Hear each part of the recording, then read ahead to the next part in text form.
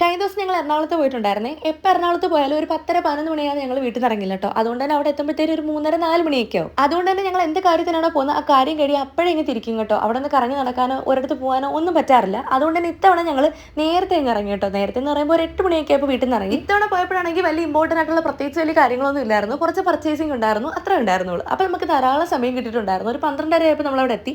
നേരെ പോയത് മറൈൻ ഡ്രൈവിലാണ് കേട്ടോ. ഈ ഒരു 12:30, 1 മണി സമയം ആയതുകൊണ്ട് തന്നെ അവിടെ നല്ല തിരക്ക് കുറവായിരുന്നു. ശരിക്കും ഞങ്ങൾ ഇത്തവണ എറണാകുളത്ത് വന്നതിന്റെ ഉദ്ദേശം ബ്രോഡ്വേന്ന് കുറച്ച് സാധനങ്ങൾ മെയിനായിട്ട് പർച്ചേസ് ചെയ്യാനാണ്. എന്നിട്ട് അവിടെ എത്തിയതിനു ശേഷം നേരെ പർച്ചേസിങ്ങിന് പോകാതെ മറൈൻ ഡ്രൈവിലേക്ക് വന്നതിന്റെ ഉദ്ദേശം എന്താണെന്ന് വെച്ചാൽ അതുകൊണ്ട് മാത്രം വിചാരിച്ചിട്ടാണ് കേട്ടോ.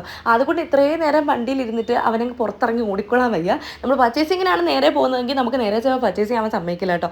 അവൻ്റെ പുറകെ നമ്മൾ ഇവിടെ നിന്ന് ഓടേണ്ടി വരും. ഇതാകുമ്പോഴത്തേനും അവൻ അവൻ്റെ ഇഷ്ടത്തിന് വിട്ട് കുറേ നേരം റിലാക്സ് ആയതിനു ശേഷമാണ് നമ്മൾ പർച്ചേസിങ്ങിന് കൊണ്ടുപോകുന്നതെങ്കിൽ അവൻ നമ്മളായിട്ട് കോപ്പറേറ്റ് ചെയ്തൊക്കെ പോകും കേട്ടോ. അങ്ങനെ ഞങ്ങളുടെ പർച്ചേസിംഗ് ഒക്കെ കഴിഞ്ഞപ്പോഴത്തേനും ഞങ്ങൾ തീരുമാനിച്ചു മെട്രോയിലും കൂടെ ഒന്ന് കയറാമെന്ന്. പറഞ്ഞ ആരെങ്കിലും വിശ്വസിക്കുമെന്ന് അറിയത്തില്ല. പലപ്പോഴായിട്ട് ഞങ്ങൾ എറണാകുളത്ത് വന്നിട്ടുണ്ടെങ്കിൽ ഇതുവരെ മെട്രോയിൽ കയറിയിട്ടില്ല കേട്ടോ. ഇത്തവണയാണെങ്കിൽ ഞങ്ങൾക്ക് ഒരുപാട് സമയം ബാക്കിയുള്ളതുകൊണ്ട് സോബിൻ പറഞ്ഞു നമുക്കെങ്കിൽ മെട്രോയിൽ കൂടെ ഒന്ന് കയറാമെന്ന്. അങ്ങനെ കാർ ഒരിടത്ത് പാർക്ക് ചെയ്തിട്ട് ഞങ്ങൾ നേരെ മെട്രോയിൽ കയറി ലുലു മോളിലാണ് പോയത്. അവിടെയും കുറേ നേരം സ്പെൻഡ് ചെയ്തു കേട്ടോ. കുറച്ച് പർച്ചേസിങ് അവിടുന്ന് നടത്തി അതിനുശേഷം തിരിച്ച് മെട്രോയിൽ വന്ന് കാറിൻ്റെ അടുത്ത് വന്ന് കാർ എടുത്ത് വീട്ടിലേക്ക് വന്നു കേട്ടോ. അപ്പോൾ ഇതായിരുന്നു ഞങ്ങളുടെ ഇത്തവണത്തെ എറണാകുളം യാത്ര. അപ്പോൾ അടുത്ത വീഡിയോയിൽ കാണാം. ബൈ.